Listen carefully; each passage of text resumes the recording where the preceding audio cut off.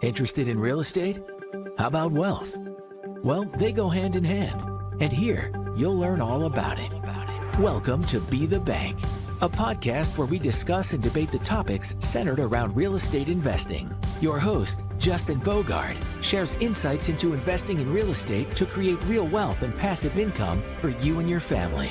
He'll share stories of real estate investments done right, walk you through the process of owning a real estate note, and most importantly, educate you so you can be the bank. This is Be the Bank, brought to you by American Note Buyers. Now, here's your host, Justin Bogard.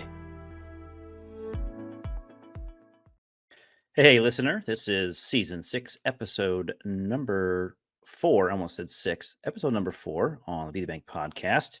Today, I have a friend of mine, Mr. Jamie Bateman. He is the guy running things at Bifi Loan Servicing. He also has a couple of funds that he's managed in the past and still manages today. And the highlight of our conversation today is going to be kind of around servicing and kind of how a servicing company works and just kind of all around questions that people have around servicing companies. So you're not going to want to miss this. So stay tuned.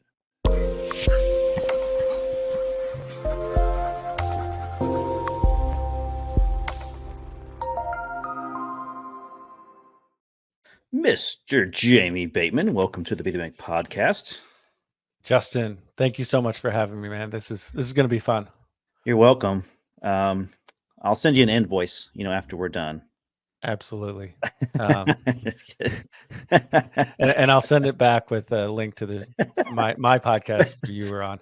with a slightly more of a fee on top of that. Right. Exactly. Upcharge. All right, Jamie. So thanks again for being on the show. This is, I think, your second time on the Be the Bank podcast. And it's been a few years, but thanks for being on again. We know each other kind of through the note investing circle here, and it's not a very big circle, so a lot of us know each other. But you don't live where I am. I'm in Indiana, so you are in. I'm in outside of Baltimore, Maryland. So you must be an Orioles fan.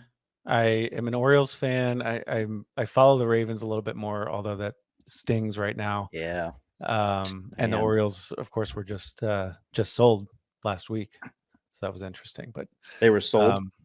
The ownership changed. I don't know a lot about it, but so that was a big news in Oriole land. But I grew up going to Memorial Stadium, and then Camden Yards was obviously one of the nicer parks when it was built, and I think it still is one of the nicer ones.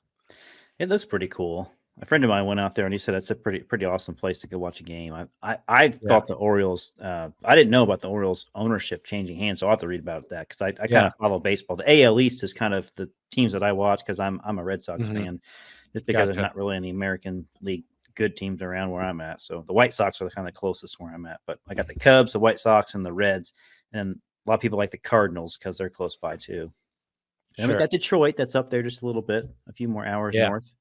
Midwest is kind of cool. You can hit a lot of different baseball parks right here. So for sure, absolutely. We're not here to talk about that. So, all right. So you're in Maryland. You started a servicing company a few years ago, and you also before that you kind of were I'm assuming a landlord turned note investor. Yeah, absolutely. And so landlord turned lien lord, if you will. But my favorite word. One caveat though with that is that it's not like I abandoned all our rentals and then I just went 100% into notes. I actually kind of see them working hand in hand. In fact, through my note investing, we've acquired one other single family rental that's in Florida. So to me, they work well together, and they're not. Note investing is just another strategy that's really in that larger real estate investing asset class. Well, it's disappointing to hear you say that because I thought you would just dog on rentals. Well, that's all the time we have for today. Thanks for being all right. I guess, man, this invoice is growing by the minute. Now, look, the truth is every asset class has pros and cons, and I know we're not going to dive into all those today, but I love notes. I love note investing. The passive side of it is huge. But our rentals have been an important part of my own portfolio as well, and continue to be. So, Yeah, I can see rentals being pretty profitable, and it kind Yeah, of depends on the situation. I always thought the rentals, at least around here in Indianapolis area where I live, the more expensive ones seem to thrive better than the lower end ones, for just because sure. there's so much turnover and damage and stuff done to the lower end ones. So I think if you had a portfolio of higher valued assets, it probably would pan off a little bit better. Yeah, But notes fits my eye, so to speak, and I absolutely. I just Yeah, stay in that lane, and I'm pretty content with it. But yeah. No, I love so this. you have a couple funds that you've managed in the past, right? Yeah, that's Or right. currently today? Currently, still, we have one fund that's winding down. It's a 3-year fund, a non-performing note fund, and that one has been a lot of work and but also has been profitable. Good. And that one had a defined 3-year term, so it's winding down this year. And then the other fund is a reperforming Mhm. slash performing note fund that's a little more predictable, a little more boring, if you will. It provides the passive investor more of a predictable passive Yeah, monthly return. So, but yeah, both have been good. awesome. So that is the Labrador Lending Center. For those of you that aren't watching the video of this, we are streaming this on our YouTube channel for American Note Buyers, so you can check out Jamie's little tag there. So Yeah. Labrador Lending. How'd you come up with the name Labrador Lending? Yeah, I mean, so it's actually in hindsight a little bit misleading because we don't do actual lending, and that's probably a topic for another Oh, episode. But we don't really originate loans. We have done a couple, but that's not we buy existing debt like you do, and so but Labrador Lending, we live on Labrador Lane.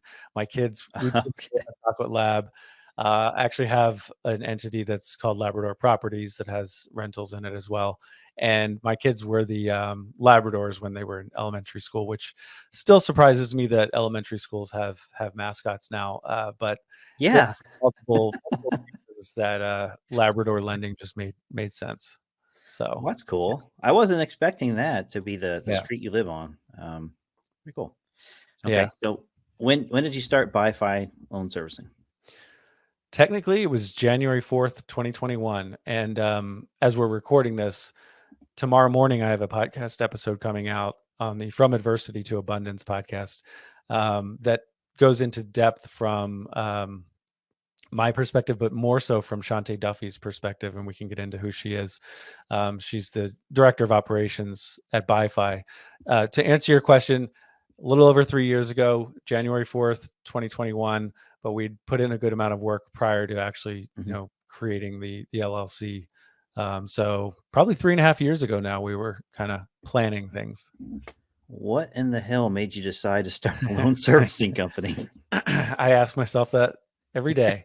No, um, I try to keep it real, and things. There have been ups and downs for sure, and tons of lessons I've learned, and I think we'll Yeah. touch on a couple of those. Um, you hang around Chris 70 too much, and he pushes you into Yeah. to get uncomfortable. Chris is a fellow note investor and a peer of ours, and he's in some ways been a mentor of mine as well. And Chris and I were just frustrated with the the level of service we were being provided Mhm. as note investors, fund managers Yep. from other servicing companies. And that's not to say that other servicers are all terrible and Right. they do nothing well. That's not it at all. But we thought that we could have a little bit, maybe a little more control of the servicing element of, as far as our own loans go, but primarily to provide investors with an investor first servicing company that really prided itself on communication and properly managing the servicing part of a loan. So it was out of frustration with other servicers, quite honestly. But for the record, I still use two other servicers today. I've used Mhm. five total, and so I know they all have pros and cons. There are Yeah. no perfect servicers out there, but that was the impetus behind Bifi loan servicing. Okay. And so my questions are going to be more business related questions here. Sure, So love it. what what is the biggest hurdle when you're setting up a loan servicing company that you have to go through? Because I'm sure there's a bunch of red tape that me as Yeah. the consumer of a loan servicing company doesn't know about. Yeah. If you don't mind, I'm going to read this quote. I have a quote here, and then I'm going to answer your question. Okay. So this is it was published in Forbes, and it's a guy who I follow on Twitter. His name's Brent Beshore. I'm not sure how you say it, but his quote was, he's the CEO of Permanent Equity. You can look him up. His quote is, "All businesses are loosely functioning disasters, and some are profitable despite it." He said, "At 30,000 feet, the world is beautiful and orderly. On the ground, it's chaotic and confusing. Nothing ever goes to plan. Surprises lurk around every corner. Things are constantly breaking. Someone is always upset. Mistakes are made daily. Expecting anything less is out of touch with reality." Now, with that backdrop, to me, that's actually been very comforting to know that, Yeah. look, no company has it all figured out. There's no perfect organization.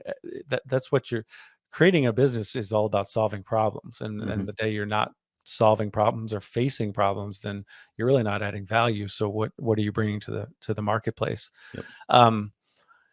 Starting a servicing company in particular you're absolutely right, tons of hurdles, especially if you're dealing in the owner occupied space. So that's something that's important to point out, because there are servicers who primarily or only focus on hard money loans, investment property, business purpose loans, right? So private money loans, hard money loans, where the property is not occupied by the owner. Right. That type of servicing company comes with a lot fewer hurdles when it comes to state licensing.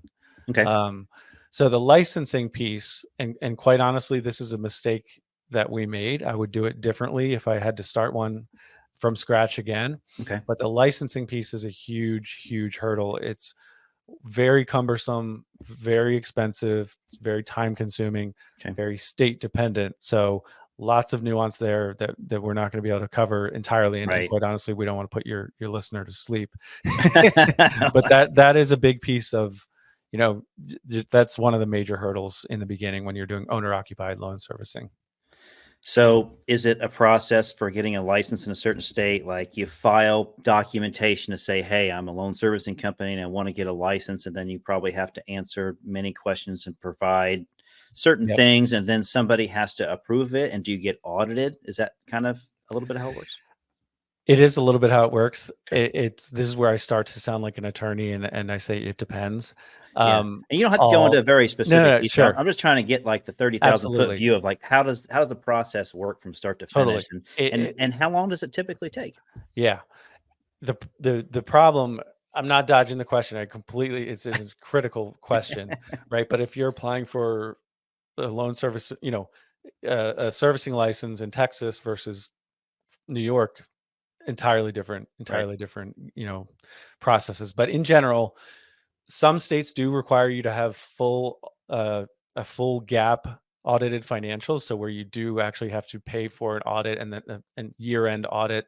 In fact, we're going through our 2023 year-end audit right now to reapply and to renew and apply for additional state licenses right now. But 30,000 foot view, you should consider at least, I'd say, 2 to 3 months before you're going to get most licenses, back. And there also are net worth requirements. And when I say that, that's the business. So not my net worth, but the business's equity, right? So it really does vary considerably per state, though.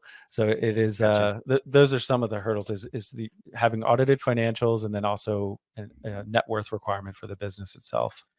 2 to 3 months actually sounds kind of quick, just in relative terms in our business, considering how long things can take and stuff, especially when you consider I would agree. Foreclosures. But yeah, that doesn't seem too bad at all. But I'm sure the monetary investment can be pretty steep too to get those licenses. So. And again, I'm answering really from like one state, so if you're working on many states, it's gonna take a lot more time. So it might take 6 months, just because you're not only doing that in a vacuum, but that's definitely one of the initial hurdles. And I refer to a lesson learned, and this is just my own takeaway is from a more of a business standpoint, is one of the tips I would give people, whether you're starting a loan servicing company or any business that's kind of service related, is make sure you have the demand there initially before you invest a lot into licenses, and then you're signing up for annual renewals, and you're committing yourself Yeah. to higher expenses. So I would have scaled, if I had to start over, I would get fewer licenses initially, maybe 5 to 10 states, and then make sure we have the demand, the number of loans there, to service those, and then slowly acquire additional licenses. The hard part is some note investors and lenders really want to work with just one servicer, so they want one solution. So that can be tricky when we don't service every state. Currently, we have 25 licenses and growing. That's pretty good. So, yeah. So when you're setting up a loan servicing company and going through the red tape, and you're learning about the state requirements, and you're getting the licenses, and there's also federal requirements too, and as it pertains to notifying and disclosing to the borrower of a change of service or a change of ownership of that note as well. So how do you learn about those things? Are you like reaching out to other people to say, hey, what specific things are going on, or an attorney says like, hey, here's what you got to go through and walk this way? Yeah. To be perfectly honest, it's where I do rely pretty heavily on my team, and the CFPB guides a large part of those requirements. As far as the timeline that you referred to, hello and goodbye letters, and RESPA and CFPB are kind of the federal guidelines. Your listener can Google those. We do have training for anyone who's going to be reaching out to borrowers directly to make sure that we're following federal guidelines. We're not texting people at 3 a.m. Hey, you got to pay your mortgage, or there are federal regulations as far as what is too frequent, what's considered harassment or something like that.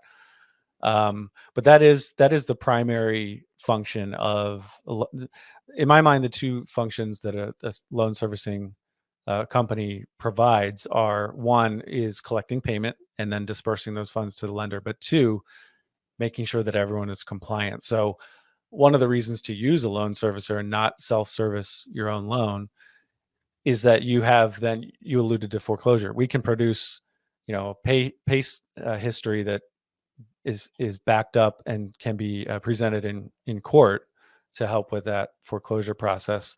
But yeah, to be perfectly honest, I've been more involved in the state processes as far as state licensing, because those are things, honestly, that I need to sign off on as CEO, typically as an officer of the company, whereas I'm not personally calling and interacting with borrowers. So I'm not personally involved in the day-to-day of the, those, the more federal related requirements. Very cool. So a lot of red tape. Just want to make that for very sure.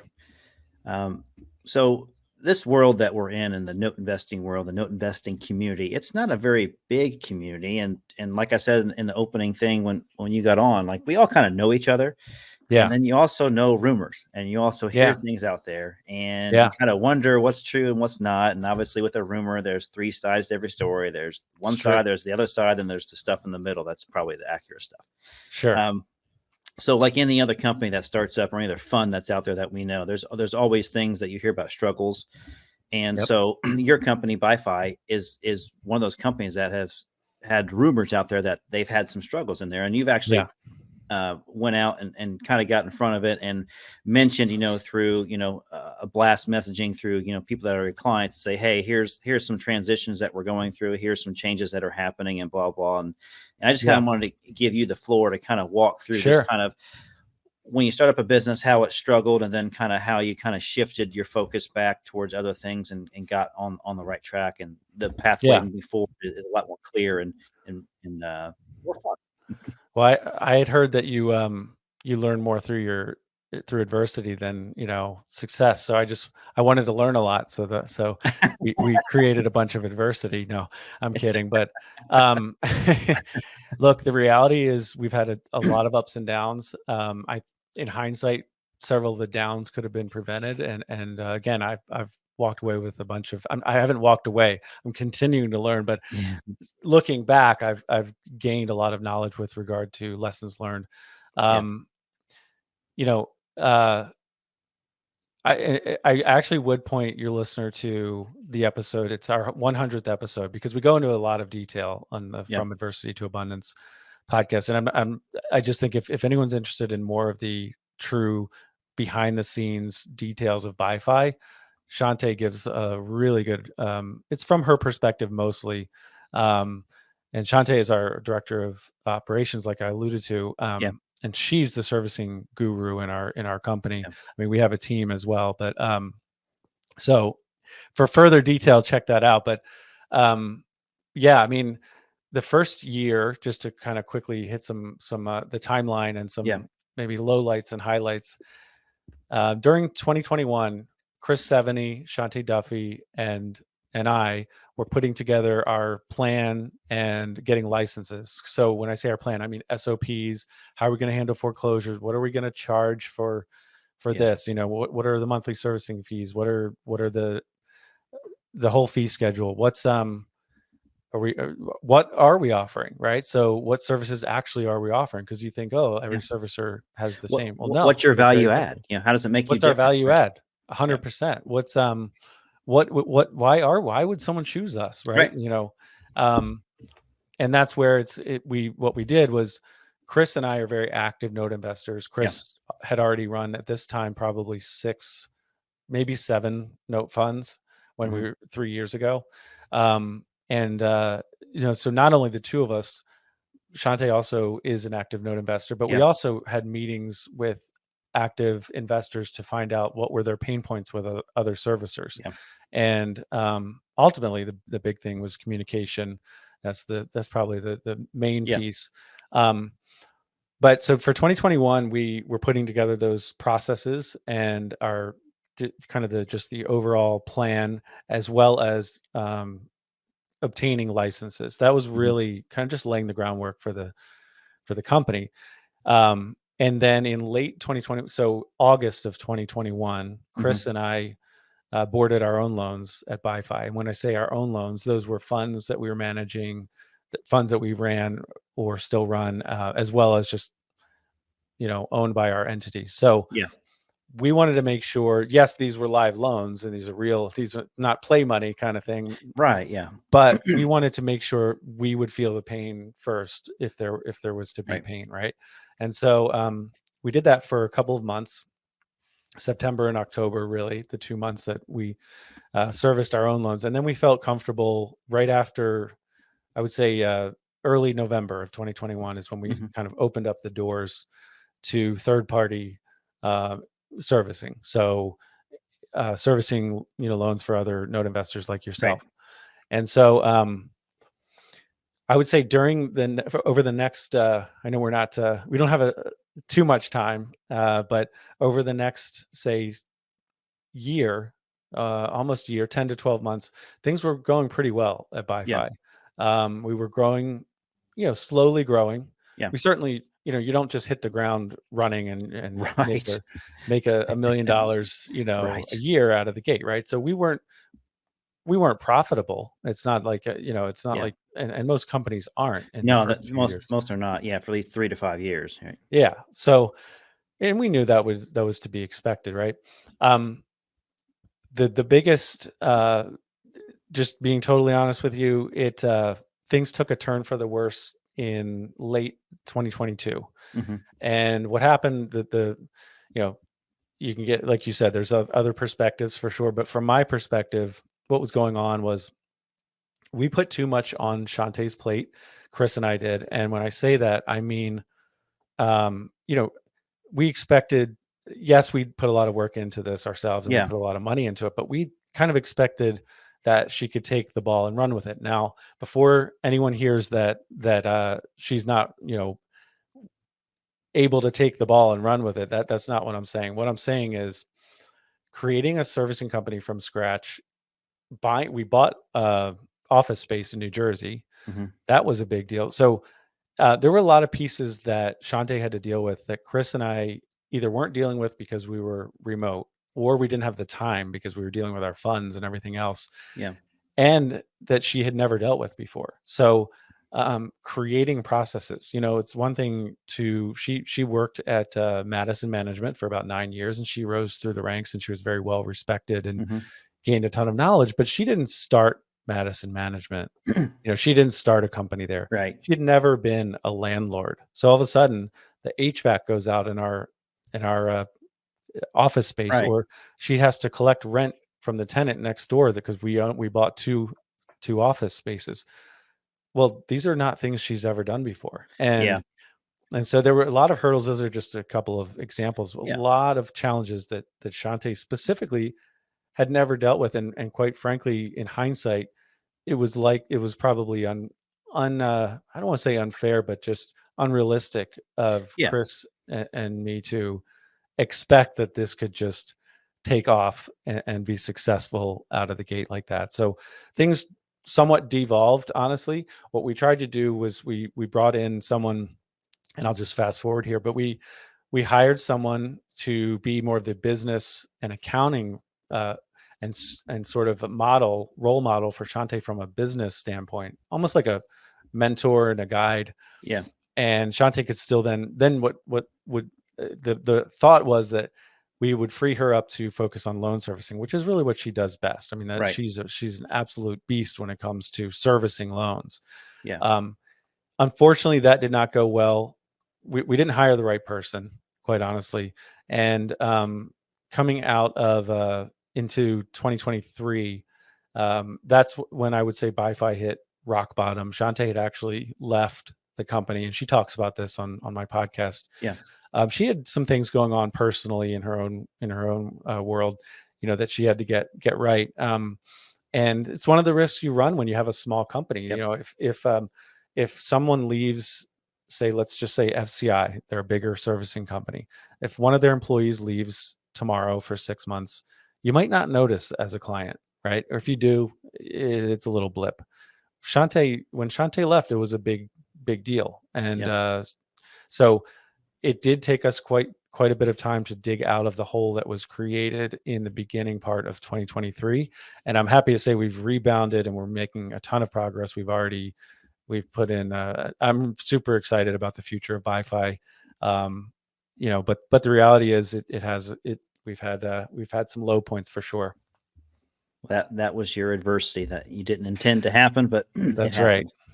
Yes. Well, that's understandable. And like we mentioned before, anybody that has a company or started a company, there are things that are just, you can't foresee happening. And you got to be able to be malleable. You got to be able to flex and bend and pivot and move and change direction if you need to. And it definitely sounds like we've had a lot of offline conversations. So I know a little bit more of you do what you've been through than what we're explaining here. But this is a short podcast, so we're just trying to give you the high level of the struggle and then how you've redefined everything and kind of moving forward today. Fast forward to today, you're obviously you are a servicing company and you do service many loans, and we still have loans with you and stuff. So well, let me just say that the ownership structure has changed in the last few months, and Chris is no longer an owner of Bifi, Chris 70. He is still a client of Bifi's. And Chris and I are on great terms. We're going to be on your show here in a couple of days. Yeah. And Valentine's Day. This will be released after Valentine's Day, but on Valentine's Day we'll be doing a special broadcast. So look back for that February 14th broadcast and see if Chris and I got along or not. But we still communicate and we're still in touch on a lot of different things. And what he decided was that he had to focus. Focus is huge, right? In business in general. And I think he'd taken on a bit too much, to be honest. And I think he would admit that. And so he had to focus on what he had going on with his Regulation A and his big fund. And so he left Bifi in August. And then we actually, there's some more recent changes that have been very positive from a resource standpoint in late December in particular. And some of that I can't get into, but I'm really excited about the future and some of the resources and support that have been brought to Bifi already and are on the horizon. So I think that's just going to really provide a higher level of service for our clients. And I'll be perfectly honest, I was looking like the dumb idiot who was just too stubborn to walk away and didn't want to admit defeat there for a little bit. It wasn't looking good, just being real. Yeah. I'm not saying I'm not ready to spike the football, but it's looking a lot better than it was in, say, August, September, October of 2023. Well, you're an entrepreneur at heart, and if it's not in your or any entrepreneur's heart to give up, and because you didn't give up, you can see the light at the end of the tunnel, so to speak, or you're really close to being there, or you're already there, and you're getting ready to break through. It's really cool what you've been through. I mean, obviously it wasn't fun going through the low points, but no. All of us out there, we think, especially, the younger generation that comes through and starts to build these note businesses or just businesses in our note industry. And, it kind of looks easier. We think we know the way to do it. And it's really a blend of knowing what the experienced folks out there have been doing, how they started their companies, and a blend of what, technology is helping today versus what they didn't have back then. And all those things help out. So it is a struggle. And if anybody out there thinks that, anybody that's started a fund or started a company in the note space, that it's been easy and it's been, they hit 100% perfect, dart throws every single time. It's absolutely not the case at all. Every single person we could put on this podcast and we can interview them, and they would all talk about what you have talked about today and some of the mistakes and struggles that they've been through and how they overcame it. But it's how you overcome it and how you pick yourself up, right, and move forward. Absolutely. And I just, does it get old talking about, I don't love to focus on the negative, right? But at the same time, one of the things I want to make clear is I am not walking away from any, if we messed up the servicing on a loan back, a year ago, I'm owning that, right? I'm not walking away from that. So we're facing it head on, and we're cleaning up the issues. And that's why we've also hired someone to come on as our business development lead. And one of the first things he did was set up a call with any investor, any current client who wanted to talk to him, so that we could understand the pain points and address them, as opposed to just pretend everything's fine or ignore the issues. It's because you care. Yeah, absolutely. I really do. And I do. And my goal is to just continue to provide a high level of service and continue to improve the level of service that we're providing. And again, these recent changes, which I'll be able to speak about more in the future. Yeah, I'm thrilled about there. So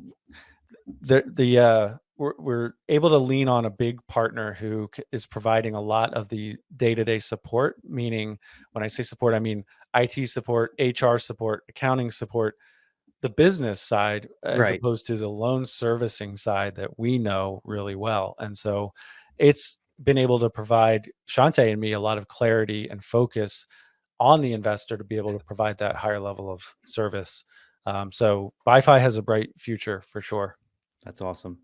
Jamie, you're awesome. Thanks for being on the podcast today. This is episode number 4 of season 6 of the Be the Bank podcast. Jamie Bateman of Bifi Loan Servicing and Labrador Lending. As we know, that's the street that he kind of lives on there. So, that's right.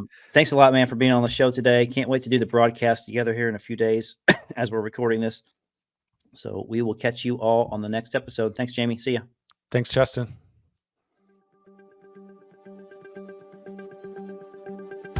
Thanks for listening to Be the Bank.